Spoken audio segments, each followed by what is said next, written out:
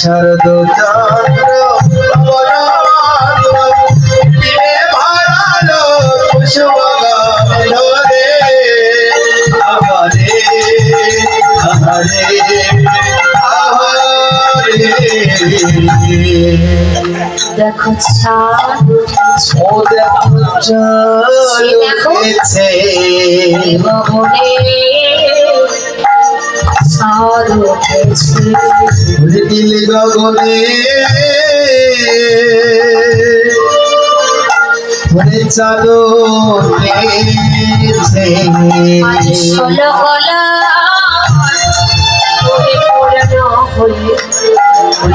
গগনে চাঁদ উঠেছে ওই আদি ষোলো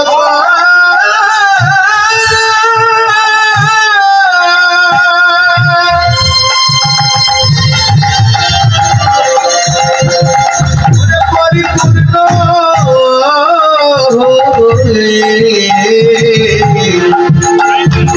দেখো নীল গগনে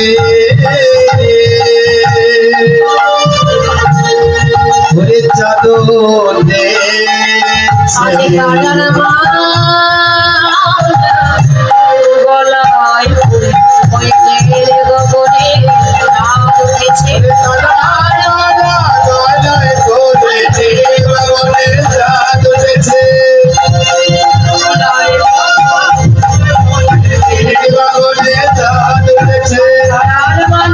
গলায় গগনে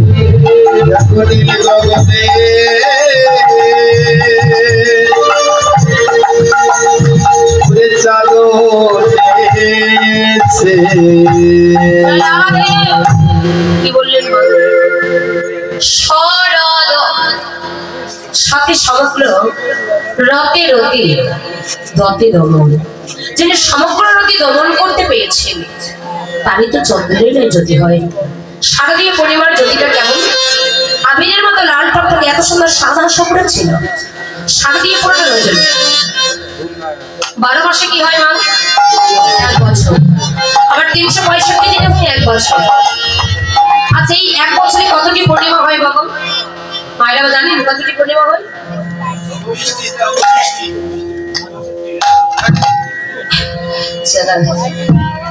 হ্যাঁ 12 মাসে কতটি পূর্ণিমা হয়? পঞ্জিকা দেখতে হবে। 12 মাসে 12টি পূর্ণিমা, প্রতি মাসে একটা করে পূর্ণিমা হয় না নাকি? আপনাদের দিকে হয় না বুঝি? হয়। তাহলে 12 মাসে 12টি পূর্ণিমা। এই 12টি পূর্ণিমার মধ্যে সর্বশ্রেষ্ঠ হলো 2টি পূর্ণিমা। সেই পূর্ণিমা দুটির নাম কি গো? একটা রাস পূর্ণিমা, একটি হলো দোল পূর্ণিমা। দোল পূর্ণিমা হচ্ছে আমাদের গৌরাঙ্গ মহাপ্রভু। দোল পূর্ণিমা হচ্ছে আমাদের গৌরাঙ্গ মহাপ্রভুর আবির্ভাব লীলা বা আবির্ভাব তিথি। আর এই রাস পূর্ণিমা হচ্ছে ভগবান শ্রীকৃষ্ণের শারদীয় পূর্ণিমা। তো 12 মাসে 1 বছর 365 দিনে হয় 1 বছর। এই 1 বছরে হয় 12টি পূর্ণিমা। 12টি পূর্ণিমার মধ্যে সর্বশ্রেষ্ঠ 2টি পূর্ণিমা। আর এই যে রাস পূর্ণিমার দোল পূর্ণিমা, শারদীয় পূর্ণিমাটাই ছিল গোবিন্দের সেই রাস পূর্ণিমা, শারদীয় পূর্ণিমা। আর এই শারদীয় পূর্ণ রজনীতে কি হলো দেখবেন 12 মাসে 1 বছর হয়। ওই 1 বছরে 2 মাস ধরে কি হয়? একটি করে ঋতু, তাই না? 2 মাস ধরে একটি করে ঋতু। তাহলে 1 বছরে কতটি ঋতু হয়? 6টি ঋতু হয়, তাই তো? তাহলে 1 বছর হয় 6টি ঋতু। তো 6টি ঋতুর যত সমস্ত ফুল ছিল, সমস্ত ঋতুর ফুল আজকে একটা রজনীতে ফুটেছে। আমার 6টি ঋতুর ফুল কম, একটা দুটো ফুল অনেক ফুলের সমান। কারণ 1 বছরের মধ্যে যত সমস্ত ফুল সমস্ত ঋতুর ফুল আজকে একটি রজনীতে ফুটেছে। আর সমস্ত ঋতুর ফুল যখন একটি রজনীতে ফুটেছে, অর্থাৎ শারদীয় পূর্ণ রজনীতে ফুটেছে, এমন সময় ভজন বললে অঙ্গিবা ফল্ল মল্লিকা মালকে চোখে ফুল্ল মল্লিকা আর মালতী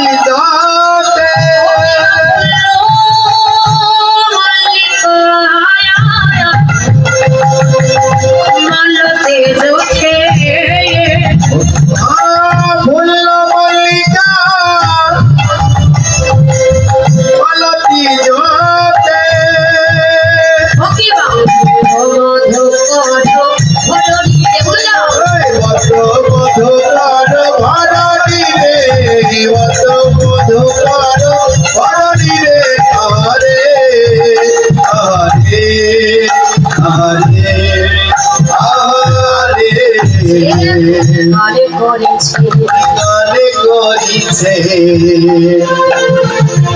গানে করিছে মাতাল ভব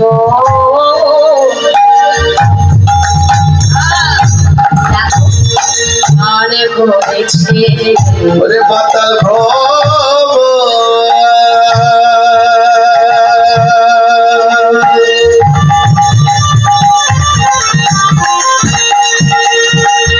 ওরে গানে করিছে যে দেখো মাতাল ভ্রমণ গান করছে কেমন করে গুনু গুনু গুনু গুনু গুনু গুনু শব্দ করে কেন না তাদের মনে তো আনন্দ ধরছে না ফুল ফুটলে ফুলের কাছে গিয়ে আসে ভ্রমর আসে তোমাকে নিমন্ত্রণ করতে হয় হয় না তাদের মনে আনন্দ ধরছে না যে ফুলগুলো 6 মাস পরে ফোটা কথা ছিল সে ফুলগুলো আজকে সারা দিয়ে পূর্ণ রজনীতে ফুটেছে যে ফুলগুলো 5 মাস 4 মাস 2 মাস 3 মাস 1 মাস পর ফোটা কথা ছিল সে ফুলগুলো ফুটেছে যে ফুলগুলো 15 দিন পর ফোটা কথা ছিল সেও ফুটেছে যে ফুলটা আজ ফোটা কথা নয় কাল ফোটা কথা ছিল সে ফুলটাও ফুটেছে সমস্ত ঋতুর ফুল আজকে একটি রজনীতে ফুটেছে 6টি ঋতুর ফুল যদি আজকে একটি রজনীতে ফুটেছে অনেক ফুলের সমাহার ভ্রমর করে মনে করছে বাবা কোন ফুলের মধুপান করবো আর কোন ফুলের বা মধুপান করবো না আনন্দ তাদের ধরে না গুন গুন গুন গুন শব্দ করে যেই না মধুপান করছে ফুলগুলো অনুনয় বিনয় করে বলছে হে ভ্রমর স্বামী এরূপ যৌবনে ফুটন্ত যৌবনে কালে আমরা ফুটেছি গোবিন্দ চরণের সেবা দেব বলে কিন্তু হে ভ্রমর স্বামী হে সারাটি জনম মধুপানে করে তোমরা আমাদের অপবিত্র করে রেখে দিয়েছো কোনোদিন মুখ ফুটে আমরা তোমাদেরই কোনো কিছু বলিনি কিন্তু হে ভ্রমর স্বামী হে এরূপ যৌবনে আজ আমরা ফুটেছি শারদীয় পূর্ণ রজনী গোবিন্দ চরণে সেবা দেব কিন্তু হে ভ্রমর স্বামী আজকে যদি তোমরা আমাদের মধুপানে করো আমরা অপবিত্র হয়ে যাব আর অপবিত্র দেহে যে কখনো গোবিন্দ সেবা হয় না হয় বাবা হয় মাগো অপবিত্র দেহে কখনো গোবিন্দ সেবা হয় না হে ভ্রমর স্বামী শুনেছি জগতের বুকে কোন পর পুরুষ যদি কোন পর স্ত্রী পর নারী সঙ্গ করে ওই নারী নাকি জগতের বুকে কলঙ্কিনী হয়ে যায় হে ভ্রমর স্বামী তোমরা যদি আমাদের মধুপান করো আমরা অপবিত্র হয়ে যাব অশিষ্ট হয়ে যাব গোবিন্দ সেবা থেকে আমরা বঞ্চিত ওগো আমাদের ফোঁটা জন্ম সার হয়ে যাবে গোবিন্দ চরণে আর আমরা সেবা করতে পারবো ভ্রমর গুলো তখন বলছি কিন্তু হে ফুল তোমরা যদি আমাদের মধুপান করিতে না আমাদের ধর্ম মধুপান করা কিন্তু তোমরা মধুপান করতে দিচ্ছ না তাহলে বলো আমরা কি করবো মধুপান যদি না করি তাহলে কি করবো বলো হে ভগবানের স্বামী মধুপান না করে তোমরা কি করিবে জানো এই ফুলের পাপড়ির মধ্যে তোমরা বসে জগতের কোন ভাগ্যবানী কোন ভাগ্যবতী এই ফুলটুকু যদি কেউ দয়া করে কৃপা করে একেবারে গোবিন্দ চরণে দিয়ে দেয় কি হবে জানো কেউ যদি একবার কৃপা করে ফুলটুকু গোবিন্দ চরণে দিয়ে দেন তবে সেদিন আমরা দুজনে গোবিন্দে শরণ পাবো দুজনে গোবিন্দে ওরে চরণে পাবো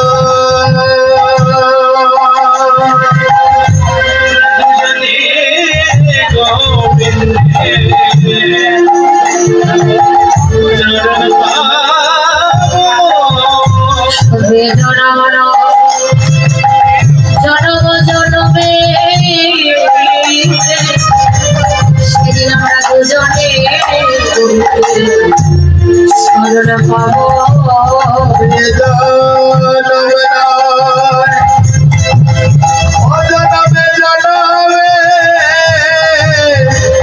সেদিন আমরা দুজনে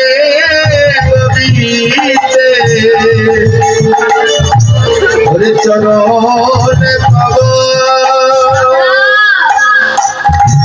ফুল সাবধান। বেশ, তাই নয় হলো, কিন্তু তোমাদের দেহ তো মধু ভরা আছে, কিন্তু বলে সাবধানে থেকো। আমরা যদি মধুপান না করি, তোমাদের মাঝে তো অপরন্ত মধু আছে, কিন্তু সাবধানে থেকো। কেন? দেখো যেন মধু ছড়ে পড়ো না। ওরে দেখো যেন মধু দূরে যেও না, সাবধান অটল হয়ে থেকো। মধু যেন ঝরে না পড়ে। মধু ঝরে গেলে আর তো গোবিন্দ সেবায় লাগবে। অটল হয়ে থেকো যেন মধু ঝরে পড়ো। ওরে মধু ঝরে গেলে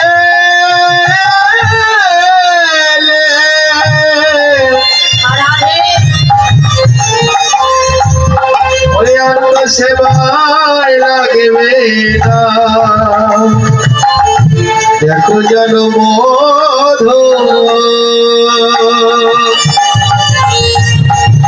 ওরে ঝরে পড়ো না। রাতে ওই রাতে ওই সনভাতে শ্যামমোহনে মদনে মখাতে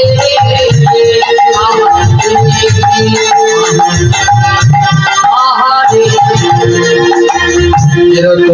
রাতে ওই সনভাতে শ্যামমোহনে মদনে মাতিয়ে আহারে আহারে আহারে মদন মোহনাজি মদনে মাতে আরে মদন মোহনা রে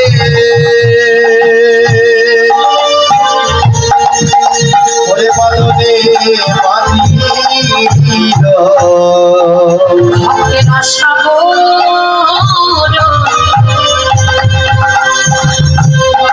মনিবে বলে মদন মোহনাজি মদনে মাতে ওরে ভক্তের আশা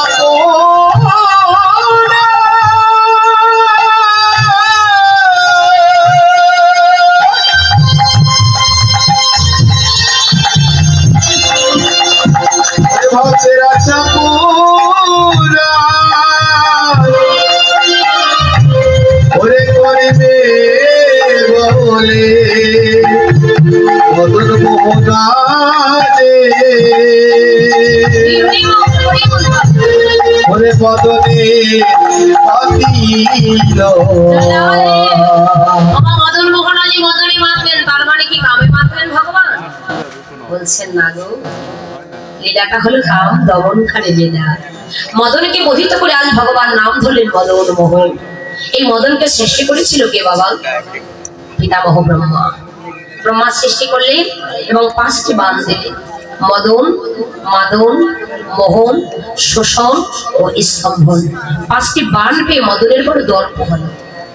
5টি বাণ যখন পেলেন, পিতামহ ব্রহ্মা যখন সৃষ্টি করলেন, সৃষ্টি করবার পর যখন 5টি শক্তিশাল বাণ দিলেন, মদন বলছে পিতামহ তুমি আমার সৃষ্টি করলে আর 5টি বাণ দিলে, আচ্ছা বলে এই বাণটা আমি কি করবো? এই বাণের কাজ কি?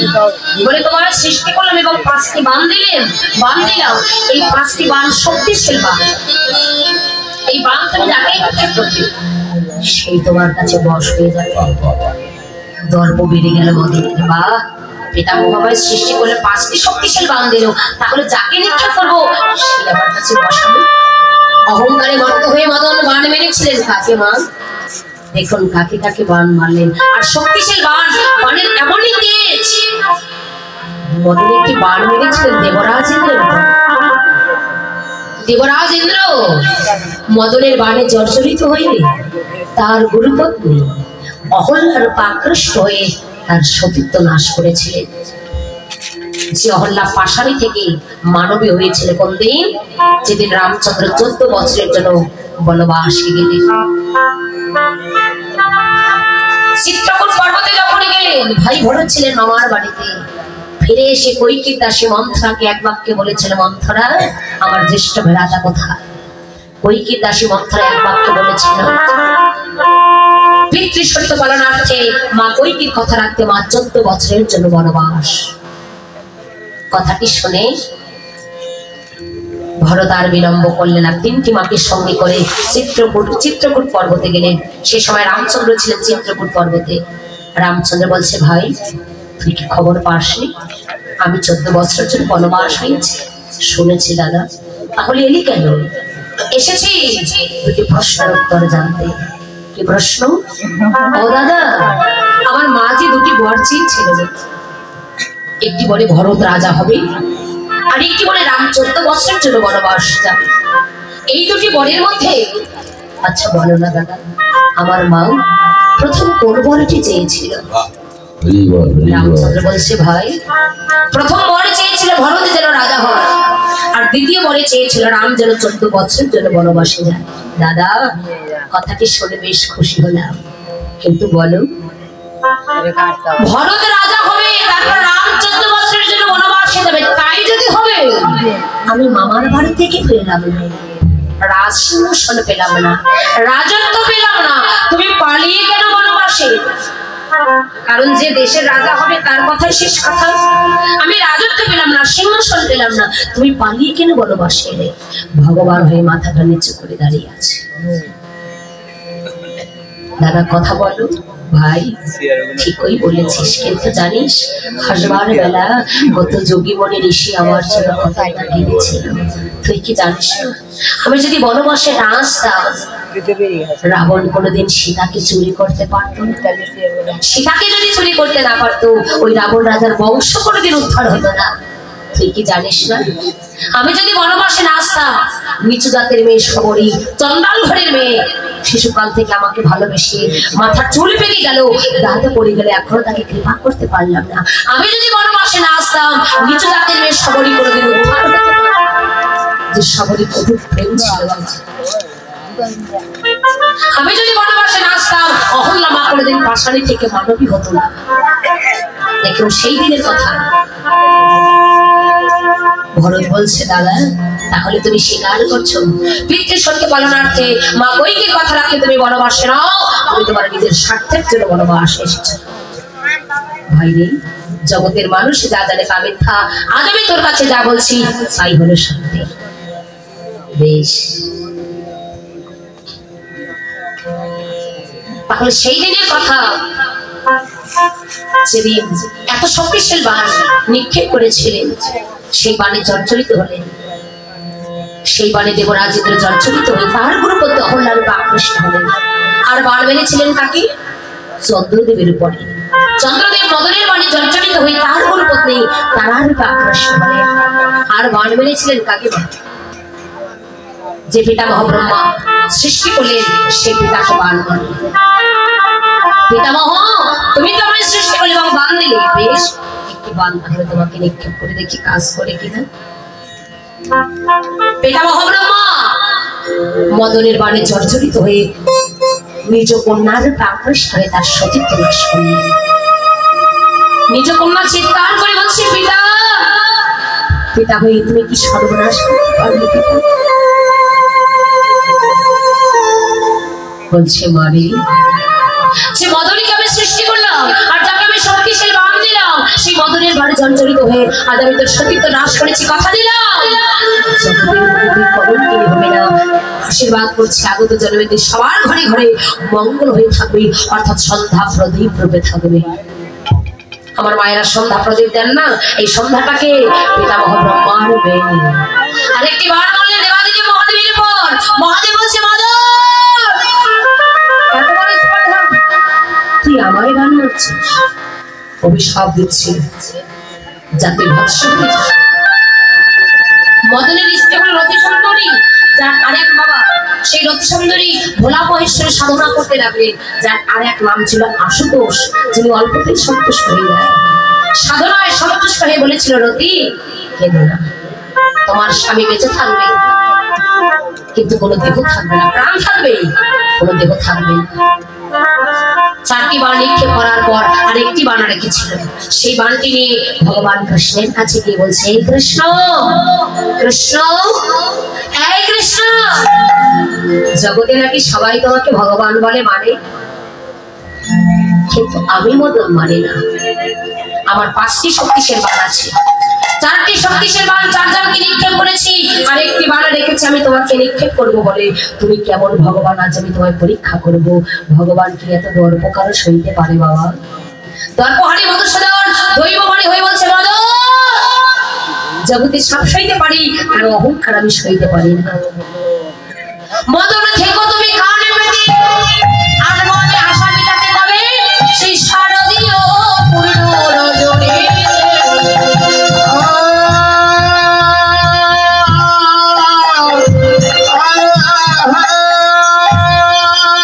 গোবিন্দ রাসলীলা করার 2টি কারণ, একটি কারণ হয়ে গেল মদনের অহংকার চূর্ণ হয়ে গেল, ব্রজগোপীদের মনোবাসনা পূর্ণ। বস্ত্র হরণকারী কথা দিয়েছিল, কিভাবে মনোবাসনা পূর্ণ করবে বাবা? তারা কেহ পিতামাতার ঘরে আছে, কেহ স্বামী সন্তান নিয়ে আছে। যতদিন শ্রীরামণী ভগবান বিড়ম্বনা করে বংশী বাজন করতে লাগলেন। সেই না বংশী বাজন করছে, সেই না বাঁশি বাজালেন। বাঁশি শুনে কি আর কেউ ঘরে থাকতে পারে? সেই না বাঁশি বাজানো করলেন, বাঁশি শুনে আর কি একটু অনুধ্বনি হবে, রাধে রাধে।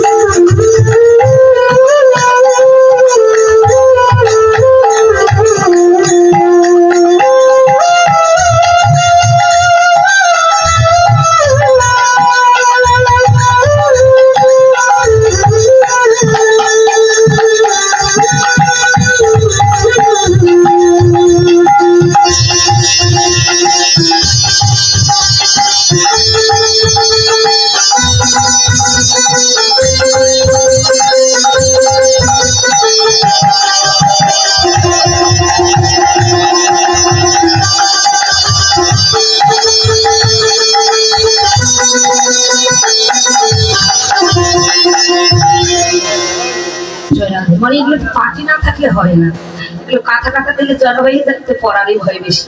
জয় রাধে। তো যাই হোক, কমিটির বাবাদের চলাবার একটা নিবেদন থাকবে। আর দেখবেন এরকম যোগানুষ্ঠান করলে কিন্তু কখনো অভাব হয় না, ঠেকা হয় কোনো কিছু। দেখবেন যে অর্থ কিছু না কিছু থেকেই যাবে উদ্বৃত্ত। আগামী বছরের জন্য কার্পেট একটা কিনে রাখবে, ঠিক আছে? আমি আসি বা না আসি, কথাটা যেন থেকে যায় যে দিদি বলেছিল কার্পেট কেনার কথা। জয় রাধে। এবার কি করলেন, যে বাঁশি বাজন করছেন গোবিন্দ, বাঁশি শুনে কি হলো, হকিবা মুরলি গোগা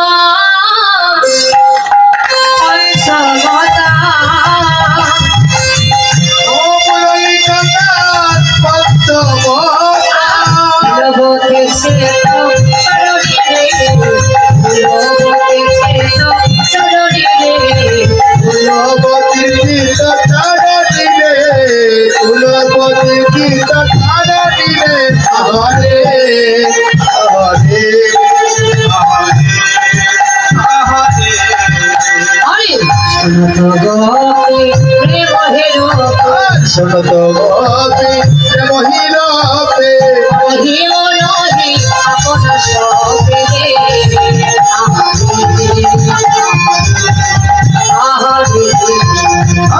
শোনত গোপী মহিরপে মনহি মনহি আপনা চপিরে হরে হরে